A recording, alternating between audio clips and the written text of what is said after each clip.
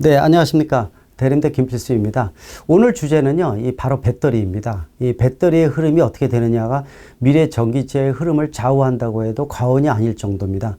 아직까지는 내연기관차 대비해서 1.5배 정도 가격이 비싼 것이 전기차라고 볼 수가 있는데, 이 차이를 지금 보조금으로 메꿔주고 있거든요. 이 부분들도 5, 6년 이내에는 보조금이 없어지면서 한 2025, 6년 정도에는 전기차와 내연기관차의 가격이 똑같은, 어떻게 보면 냉정한 치열한 싸움이 본격화된다, 이렇게 보시면 될 것 같습니다. 근데 이 전기차의 전체의 가격의 40%를 차지하는 게 바로 배터리입니다. 따라서 전기차의 가격을 낮출 수 있는 유일한 방법은 배터리 가격을 낮추는 부분입니다. 다른 부분들 대량 생산한다든지 또 다른 곳에서 비용을 낮추는 것은 한계가 있고요. 결국은 배터리의 가격을 얼마큼 낮춰주느냐가 주요한 관건으로 지금 보고 있습니다. 현재 전기차에 들어가는 배터리는 크게 양분화가 돼 있죠. 중국 CATL이나 BYD에서 주도권을 많이 쥐고 있는 리튬 인산철 쪽이 있습니다. 근데 이거는 부피나 무게가 굉장히 크죠. 그러다 보니까 BYD에서 나오는 택시를 보시더라도 사실 세단인데도 불구하고 원래의 세단보다 1.5배가 큽니다. 워낙 배터리 용량이 크다 보니까 에너지 밀도가 그만큼 딸린다고 보시면 될 것 같아요. 그러나 장점은 가격이 좀 낮고 저렴하다는 거고, 또 열에 강하기 때문에 화재 등 이런 부분에 있어서는 좀 더 자유스럽다는 거, 이게 장점이라고 볼 수가 있습니다. 그러나 전기차는 이 부피나 무게가 가벼운 것이 가장 중요한 관건이라고 볼 수가 있습니다. 가장 주도를 세계 시장에서 하는 것이 리튬이온 배터리라고 볼 수가 있죠. 이 부분들은 국내의 3사가 주도권을 쥐고 움직인다고 보시면 될 것 같아요. 물론 이제 전기차 배터리는 한중일 삼국지라고 보통 얘기를 해주고 있습니다. 국내는 3사, 또 중국은 2사가 주도권을 쥐고 있고, 일본은 파나소닉이죠. 이런 부분들인데, 리튬이온 배터리가 전기차의 주도권을 지금 쥐고 있다고 해도 과언이 아니라고 보고 있습니다. 물론 에너지 밀도가 워낙 높기 때문에 이 부분들을 개량을 통해서 좀 더 에너지 밀도가 높은 이러한 리튬이온 배터리가 계속 나오고 있습니다. 그러나 아직 가격이 좀 높은 편에 속하고요. 또 한 가지는 가장 큰 문제가 열에 취약하다는 문제점이 있습니다. 충격이나 압력을 크게 받으면은 전기차가 화재가 생기고, 심지어는 물속에서도 불이 꺼지지 않는 열폭주 현상으로 인해서 전기차 화재가 생기는 사례가 여러 건 발생하고 있다는 것도 여러분들 다 아실 겁니다. 그만큼 장단점이 서로 교차하고 있다, 이렇게 볼 수가 있죠. 리튬이온 배터리가 주도권을 아직까지는 쥐고 있습니다. 그래서 리튬이온을 계속 개량을 지금 하고 있죠. 일단 우리가 리튬이온 배터리는 우리가 NCM이라고 보통 얘기해 줍니다. 니켈, 코발트, 망간이 주 원료라고 얘기할 수가 있죠. 특히 배터리의 전체 40%는 양극재, 특히 양극재에 들어가는 니켈 비용이 상당히 고가입니다. 즉 전체 배터리의 40%가 양극재가 차지한다, 이렇게 보고 있죠. 그 다음에 이제 이 전해질로서 리튬을 쓰고 있는데, 상당히 좀 고민거리가 많은 것이, 전해질 자체가 일반 액체다 보니까 충격이나 이런 걸 받게 되면은 잘못해서 화재라든지 그 밖에 여러 가지 문제가 발생할 수 있다는 것은 좀 전에 제가 말씀을 드렸습니다. 그래서 이런 부분들을 좀 줄이고 좀 더 에너지 밀도를 높이기 위해서 하이니켈 배터리 쪽으로 지금 가고 있습니다. 니켈, 코발트, 망간 중에서 니켈을 높이는 것이죠. 예전에는 니켈, 코발트, 망간을 622이라고 얘기했다가 최근에 들어는 8완환, 80%, 10%, 10%라는 뜻이죠. 또 최근에 들어와서는 9.5.5로 들어가고 있어요. 그만큼 니켈 쪽의 함량을 높이면서 에너지 밀도를 높이고, 또 여러 가지 위험성에 대해서 좀 낮추는 작업을 본격화하고 있다는 것도 하나의 흐름이 되고 있다고 볼 수가 있습니다. 이미 90% 넘는 하이니켈 배터리가 이미 나오기 시작을 했고요. 최근에 들어와서는 94%, 또 심지어는 연구실에서는 98% 고 하이니켈 배터리가 이미 실험상으로는 만들어지고 있다는 것도 굉장히 중요한 부분입니다. 여기에다가 그 코발트 비율을 줄이고 이래서 알루미늄을 섞는 것도 NCM 대신 NCA라고 그러죠. 역시 3원계라고 볼 수가 있는데요. 또는 NCMA라고 해서 네 가지 이 재료를 주 안점으로 해서 쓰고 있는 이런 배터리, 하이니켈 배터리도 개발되고 있는데, 역시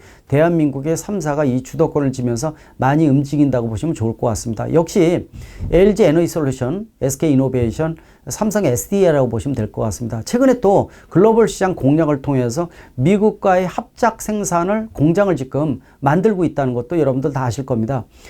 전 세계적으로 미국의 1, 2위권인 GM과 포드가 각각 국내의 LG 에너지 솔루션과 SK 이노베이션과 합작 형태로 해서 미국에서 배터리 공장을 지고 있습니다. 마침 바이든 대통령이 바이 아메리카 선언, 자국주의를 우선주의를 선언을 하면서 앞으로는 미국에서 55% 이상의 부품을 사용을 하고 배터리도 미국 걸 쓰고 미국에서 만들어서 미국에 공급해라 라는 부분들, 굉장히 중요한 시사점을 낳았다고 볼 수가 있죠. 그러다 보니까 그 합작사를 통해서 미국에서 배터리 공장을 지금 짓고 있습니다.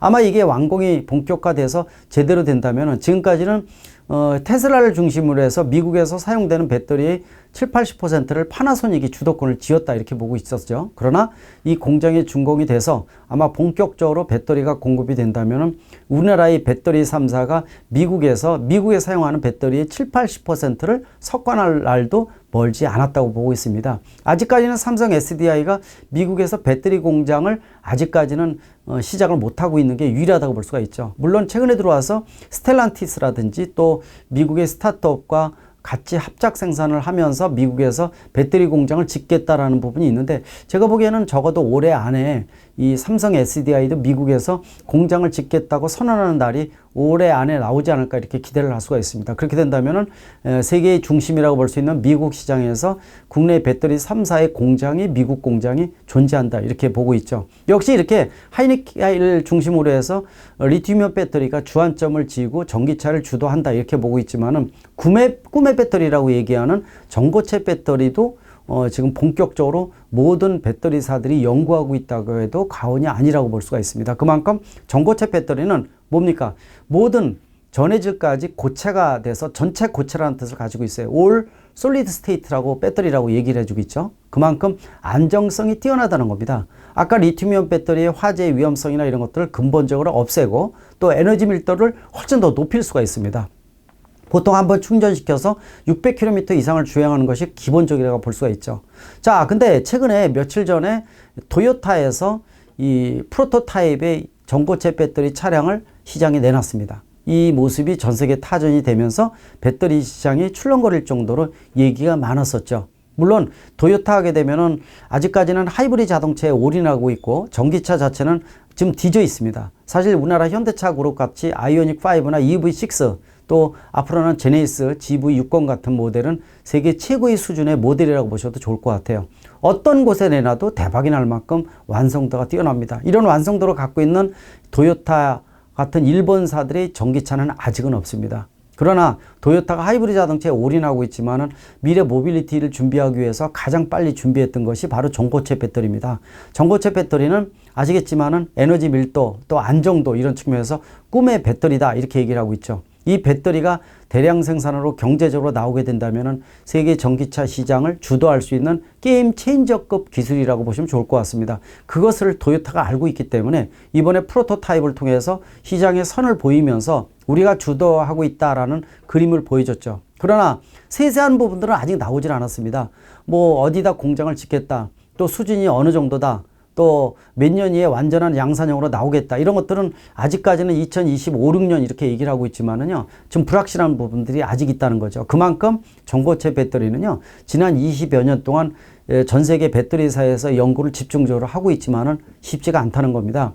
이 전해질을 고체로 바꾸게 되면은 음극과 양극 사이의 에너지 이동이라든지 이런 것들이 원만치가 못하다는 거고 생각지도 못하는 문제가 여러 가지가 발생을 합니다. 수명도 영향을 줄 수가 있고요. 그러다 보니까 전고체 배터리를 상용 모델로 만든다는 것은 간단한 부분은 아닙니다. 물론 전 세계 이 전고체 배터리의 특허를 반을 차지한다는 게 도요타거든요. 도요타에 대한 부분들은 세계 배터리사들이 다 경계를 하고 있는 회사라는 건 분명한 사실이라고 보고 있습니다. 이번에 또 프로토타입까지 나오면서 전 세계 배터리사가 긴장을 하고 있고 고삐를 더 조여매면서 미래 배터리 개발에 올인하고 있다는 것도 유심히 좀 보셔야 될 것 같습니다. 그러나 말씀드린 대로 전고체 배터리는 해결 과제가 아직 많이 있고요. 설사 도요타에서 전고체 배터리를 먼저 양산형으로 나온다 하더라도요, 가격이 비싸면 아무 의미가 없습니다.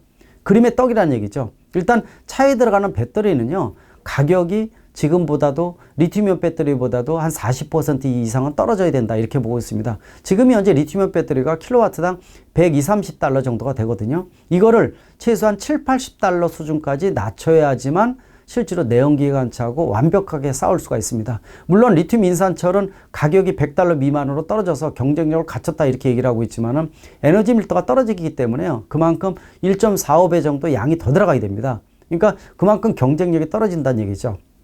따라서 전고체 배터리가 대량으로 경제적으로 또 최소한 $100 미만으로 떨어져서 그만큼 경쟁력을 확보하기까지는 시간이 앞으로 10년에서 15년 정도는 걸릴 것으로 예상을 하고 있습니다. 그 이전까지는 지금 말씀드린 하이니켈 중심의 리튬이온 배터리가 주도할 수밖에 없다는 거. 그런 측면에서 앞으로 5년, 10년 사이는 또 전기차의 공급량이 기하급수적으로 증가를 하면서 배터리 공급량이 딸린다는 거죠. 수요 대비해서 공급량이 딸리기 때문에 그래서 앞으로의 10년이 배터리사에게는 가장 중요한 시기고 성장할 수 있는 주도권을 질 수 있는 의미가 있다는 거. 또 한중일 배터리 삼국지에서 대한민국의 3사가 차지하는 역량이 굉장히 크다는 거. 또 아까 말씀드린 대로 미국의 합작 생산을 통해서 가장 세계의 중심이라고 볼 수 있는 미국의 전체 배터리의 7, 80%를 우리 배터리 3사가 차지할 것이라는 거. 이런 것들은 상당히 기대감을 높게 만든다고 보고 있습니다.